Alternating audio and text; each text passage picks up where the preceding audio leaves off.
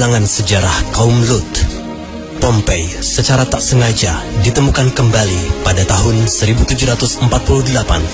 Kala itu, sejumlah arkeolog mencari keberadaan artefak berharga dan harta karun di wilayah Campania, sebelah tenggara kota Napoli, Italia. Ketika itulah misteri hilangnya kota Pompei selama ribuan tahun akhirnya terkuak. Bahkan, lebih mengejutkan adalah artefak yang ditemukan tidak hanya berupa tembikar dan barang-barang kuno, tetapi juga puluhan jasad dalam kondisi mengerikan. Sungguh ajaib, jasad-jasad itu ditemukan dalam kondisi utuh, nyaris tanpa kerusakan. Bahkan bisa dilihat mimik-mimik wajah warga Pompei yang ketakutan saat menghadapi sakaratul maut. Mayat-mayat yang bergelimpangan tersebut dengan segala pose, mengeras, membatu, dan diawetkan secara alami oleh abu vulkanik. Dari penemuan tersebut terungkap karakteristik penduduk kota yang kaya raya pada waktu itu. Kota itu ternyata mengumbar perzinahan, bahkan bisa diyakini telah menjadi surga bagi kaum homoseksual. Pompei dipenuhi dengan lokasi perzinahan atau prostitusi yang menyebar di segala penjuru kota.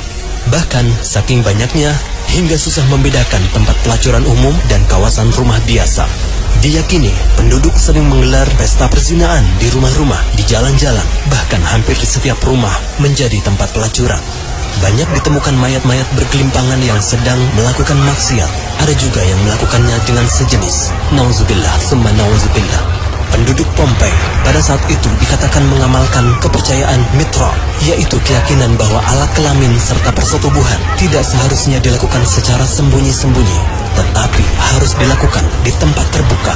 Maka tidak heran jika Pompei dijuluki kota maksiat. Menurut ilmuwan yang dilansir Live Science, sebelum kota ini hancur terkubur, penduduk di waktu itu tidak menggubris tanda-tanda akan terjadinya letusan dahsyat gunung Vesuvius.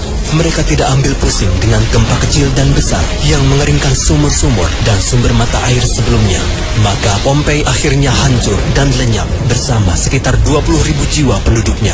Mereka hilang setelah tertutup abu vulkanik setebal 82 kaki dan suhu panas yang mencapai 250 derajat Celcius akibat meledaknya gunung Vesuvius yang disertai gempa dahsyat. Insan muslim, kejadian tersebut mengingatkan kita akan azab yang menimpa kaum Nabi Lut dengan motif yang sama dengan tempat yang berbeda di sebuah tempat yang bernama Sodom. Semoga kita bisa mengambil pelajaran agar apa yang menimpa mereka tidak terjadi kepada kita. Nauzubillah, summa nauzubillah.